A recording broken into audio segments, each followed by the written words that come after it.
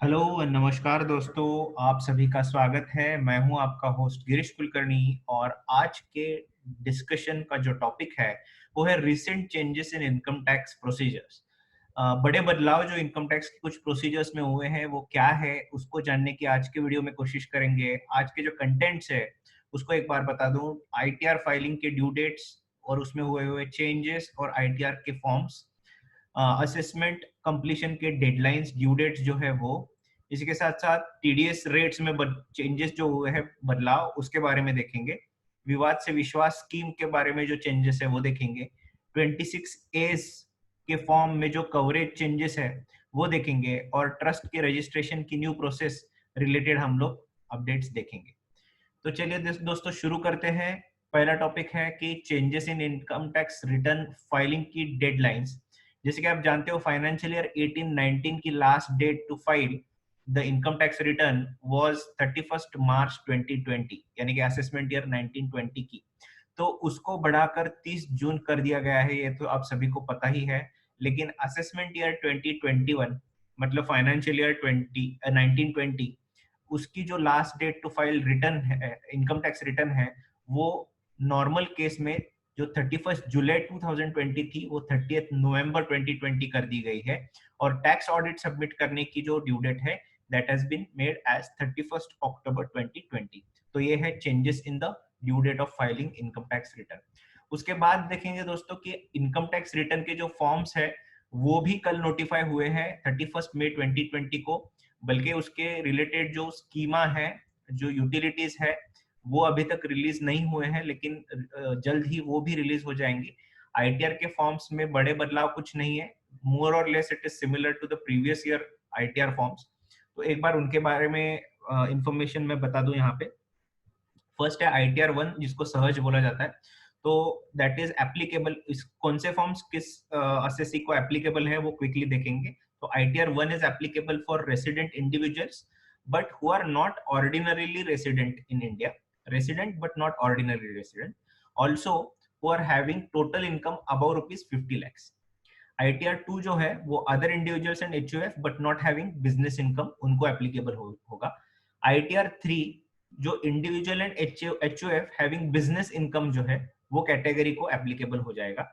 ITR 4 जो है जिसको सुगम कहा जाता है, वो रेसिडेंट इंडिविजुअल हो या एचयूएफ हो या फर्म हो लेकिन other than limited liability partnership who is having total income above ₹50 lakhs and those taxpayers or assessees who are having income from 40 section 44AD 44AE और 44ADA of income tax act। Basically जो presumptive income के जो section से cover होते हैं वो tax payers, वो assessee के लिए ये आईटीआर 4 एप्लीकेबल हो जाएगा।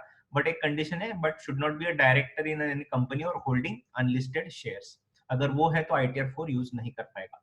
आईटीआर 5 जो है वो दोस्तों persons other than individual and HUF and company के लिए एप्लीकेबल हो जाएगा। आईटीआर 6 जो है वो companies other than claiming exemptions under section 11 को एप्लीकेबल हो जाएगा। और आईटीआर 7 जो है वो persons liable under section 139 4A 4B 4C, जैसे कि पॉलिटिकल पार्टीज है या इनकम टैक्स में जो बेनिफिट्स लेते हैं वैसे ट्रस्ट एक्सेट्रा ऐसे है, तो उन टैक्स पेयर्स को आईटीआर 7 एप्लीकेबल होगा। तो मोर और less it is similar to previous year, not any major changes in this. इसके साथ देखेंगे आईटीआर के फॉर्म में क्या बदलाव हुए हैं। तो 4 important points which are in addition to the earlier disclosure that one has to furnish is that point number 1, उसमें क्वेश्चन है have you paid electricity bills above ₹1 lakh. तो certain criteria who have to file mandatory income tax return, उसके changes के चलते हुए ये questions पूछा गया है। तो जिसका 1 लाख, जिसने electricity bills above ₹1 lakh payment किए उसको उधर डिस्क्लोज करना पड़ेगा। उसके बाद हैव यू डिपॉजिटेड ₹1 crore और मोर इन अ बैंक अकाउंट, इस क्वेश्चन को भी आपको आंसर करना पड़ेगा।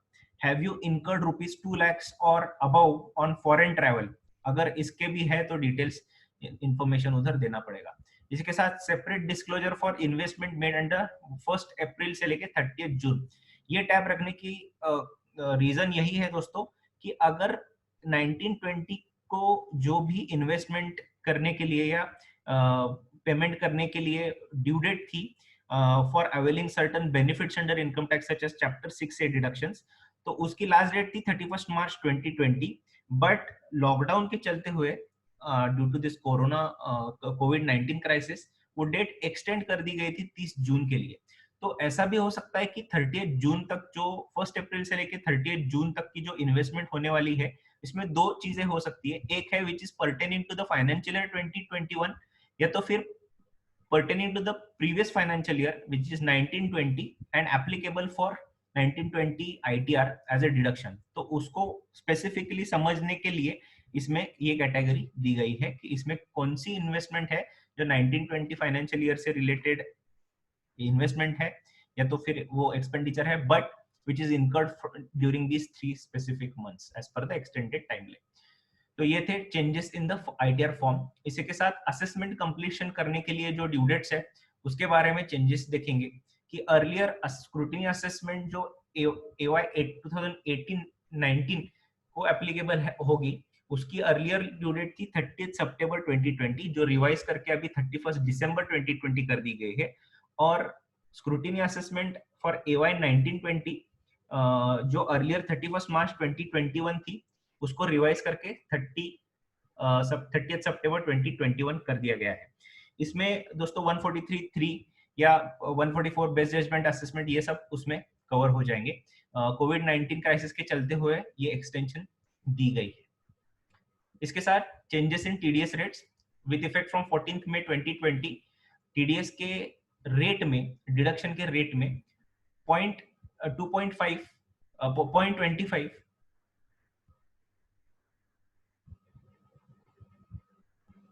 25% से डिडक्शन किया गया है एग्जिस्टिंग रेट्स में से। तो 14 मई 2020 से रेट्स जो है उसमें 25% रिडक्शन हो जाएगा। जैसे कि आपके स्क्रीन पे आप देख पा रहे हो, एग्जांपल के तौर पे मैंने कुछ हेड्स दिए हैं, जैसे इंटरेस्ट ऑन सिक्योरिटीज है, डिविडेंड है, अदर इंटरेस्ट है, कॉन्ट्रैक्ट है, इंश्योरेंस कमीशन है, इंश्योरेंस प्रोसीड्स है, रेंट है, प्रोफेशनल सर्विसेज है, इमूवेबल प्रॉपर्टी है। तो इन सब में 25% ऑफ द रेट इतना डिडक्शन हो जाएगा। जैसे कि 10 का 7.5 हो जाएगा, 1 का 0.75% हो जाएगा, 2 का 1.5% हो जाएगा, 5 का 3.75% एंड सो ऑन।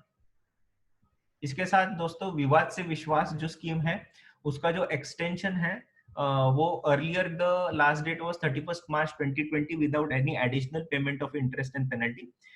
तो उसको एक्सटेंड किया था 30 जून 2020 तक, लेकिन अभी गवर्नमेंट ने इसमें बदलाव करके उसकी लास्ट डेट की है 31 दिसंबर 2020। तो ये एक एक्सटेंशन मिला है।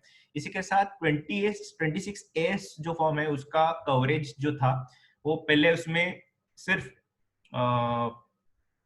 Tax deduction at source, tax collection at source, उसी के साथ advance taxes paid etcetera information cover किया जाता था।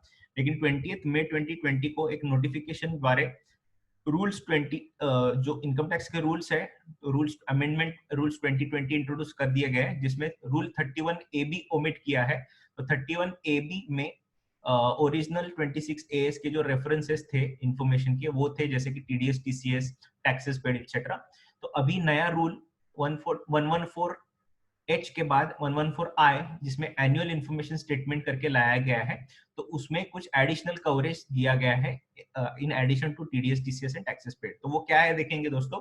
तो नेचर ऑफ इंफॉर्मेशन में tax deduction and collection at source, इसी के साथ साथ information related to specified financial transaction SFT, जिसमें कि 13 टाइप्स ऑफ ट्रांजैक्शंस कवर किए गए हैं कि specific transaction if crosses a certain threshold तो इसमें कवर हो जाएगा। तो वो सब इंफॉर्मेशन अभी इस फॉर्म में, एनुअल इंफॉर्मेशन स्टेटमेंट फॉर्म में दिखाई देगा। इसी के साथ साथ पेमेंट ऑफ टैक्सेस, इसी के साथ साथ डिमांड एंड रिफंड, इसी के साथ साथ पेमेंट प्रोसीडिंग्स, और इसी के साथ कंप्लीट जो है प्रोसीडिंग्स कंप्लीट हुई है उसकी इंफॉर्मेशन, ये सब आ जाएगी। इसी के साथ साथ इसमें कुछ एडिशनल इंफॉर्मेशन भी इंक्लूड करने की प्रोविजन रूल्स में की गई है 114I के द्वारा। तो ये था दोस्तों 26AS के कवरेज में चेंज। तो ये सारे चेंजेस जो इनकम टैक्स में अपडेट हुए हैं इसके बारे में इंफॉर्मेशन थी दोस्तों। अगर आपको ये अच्छा लगा वीडियो तो इसको जरूर लाइक बटन प्रेस कीजिएगा, और ऐसे अपडेट्स के लिए हमारे channel easy GST for you को सब्सक्राइब कीजिएगा और साथ में बेल आइकन प्रेस कीजिएगा, so that you will get notified about the updates. Thank you so much.